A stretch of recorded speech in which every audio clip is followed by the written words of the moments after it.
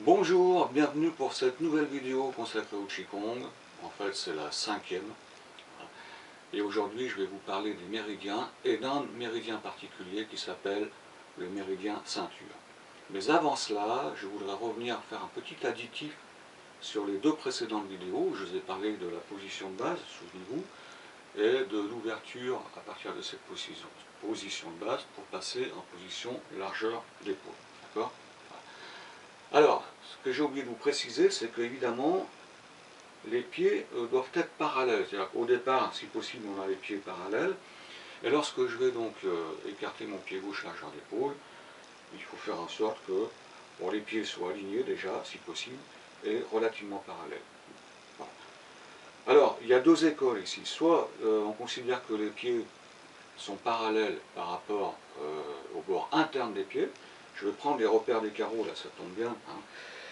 Et voilà, j'aligne ici. Voilà. Et là on a vraiment une impression, on va dire, de pieds parallèles. D'accord ? Il y a une autre école où on va aligner le parallélisme par rapport au bord externe des pieds. Donc ici, je prends toujours mes repères de joint de carreau. Je vais écarter un peu là pour bien voir. Voilà. Et là, on n'a plus cette impression de parallèle, mais plutôt de Gordini, quelque part. Hein, voilà. C'est une autre façon de procéder. Pour notre part, on essaiera de rester plutôt dans la logique par rapport au bord interne des pieds, où on a vraiment une impression de parallélisme. Voilà. Voilà. Peut-être dans les vidéos précédentes, c'était pas tout à fait parallèle, c'est pas grave, mais l'idée quand même, elle est là, hein, d'avoir cet ancrage avec les pieds relativement bien parallèles. Alors, je vais donc maintenant vous parler des méridiens. Alors les méridiens, ce sont des circuits, c'est la théorie chinoise, hein, ça, d'accord, dans lesquels, ou à travers lesquels circule le qi. Voilà. Alors ce ne sont pas vraiment des canaux, hein, d'après la description chinoise, ce sont plutôt des sentiers ou des chemins d'irrigation où le qi se faufile et laisse des traces éventuellement, laisse une trace. Voilà. C'est un petit peu comme ça qu'il faut le voir, et non pas comme un système de tuyauterie. Voilà. Il y a 12 méridiens principaux, chaque organe a son méridien. Vous avez le méridien du cœur, le méridien de l'estomac, le méridien des reins, et ainsi de suite, d'accord ? Et puis, donc, vous avez des méridiens un peu à part, qu'on appelle les merveilleux vaisseaux, ou encore les méridiens curieux, ou encore les méridiens extraordinaires. Vous voyez, plusieurs appellations. Ils sont au nombre de 8. Voilà.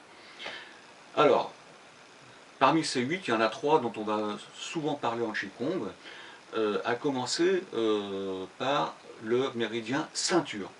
Et oui, le méridien ceinture. Voilà.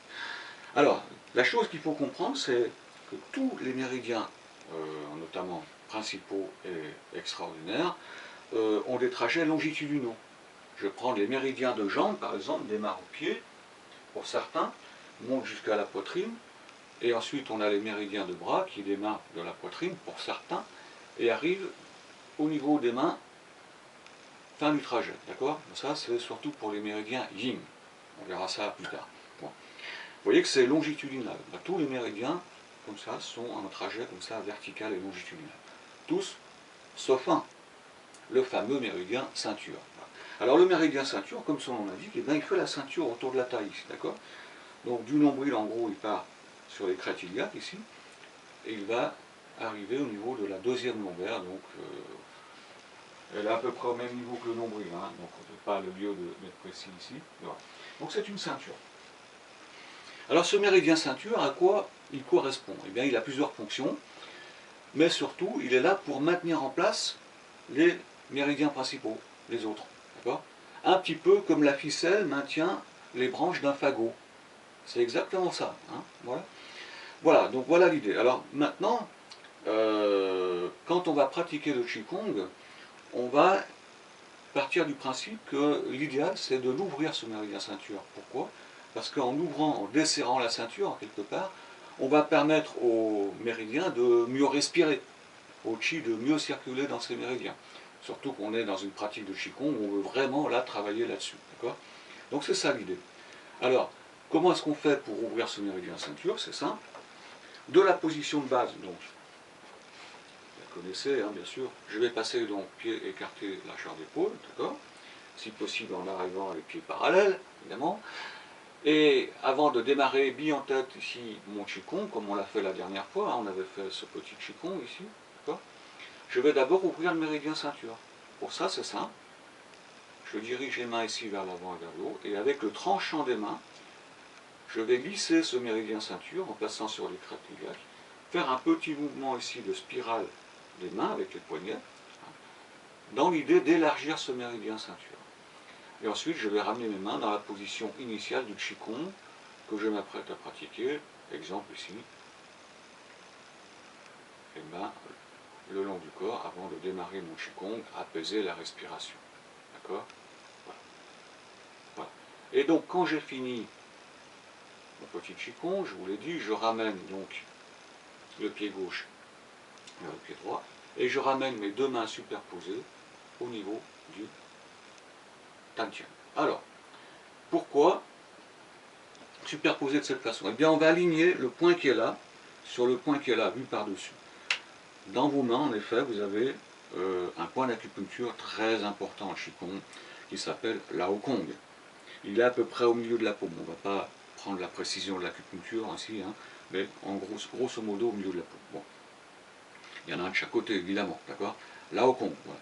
Alors l'Aokong, petite fiche, voilà comment ça s'écrit. Vous reconnaissez le terme Kong, évidemment, comme dans le Qigong, qui veut donc dire, oui, c'est ça, travail, maîtrise. Alors là, ce sera plutôt dans le sens de travail.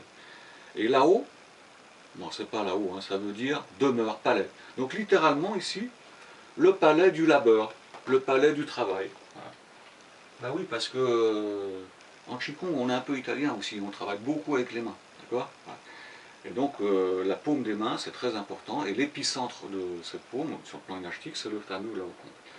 Donc lorsqu'on a fait un petit travail de Qigong, qu'est-ce qui se passe? En général, eh bien, on a accumulé de l'énergie ici, et on va donc superposer les paumes alignées sur le Laocoon pour plus de puissance, de façon ensuite à ramener cette énergie ici au Dantian. Les Chinois appellent ça sceller le Qi au Dantian. Voilà. Et là, rappelez-vous que dans le Dantian, il y a une substance très importante qui s'appelle le Jing. Bravo. Le Jing tonique, hein, vous vous souvenez? Bien. Et ensuite, qu'est-ce qu'on fait? Ce petit mouvement, bah, tout simplement, on ferme la ceinture.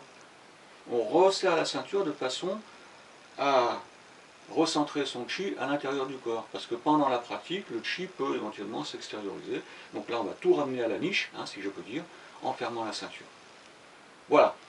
Voilà l'explication de ce rituel. Alors, on le fait ou on ne le fait pas. Hein, on peut très bien démarrer un Qigong comme ça, puis, hein, mais on peut aussi penser éventuellement à cette petite routine avant de démarrer le Qigong. Et ensuite, bien sûr, systématiquement, on tâchera de revenir les mains en Dantian et ensuite de fermer. Voilà pour les explications méridiens ceinture et méridiens principaux. Je vous donne rendez-vous pour la prochaine vidéo où on va étudier un nouveau petit Qigong qui nous permettra de mettre en place encore d'autres considérations et d'avoir une vision plus globale de ce que c'est encore que le Qigong. Merci de votre attention, à bientôt.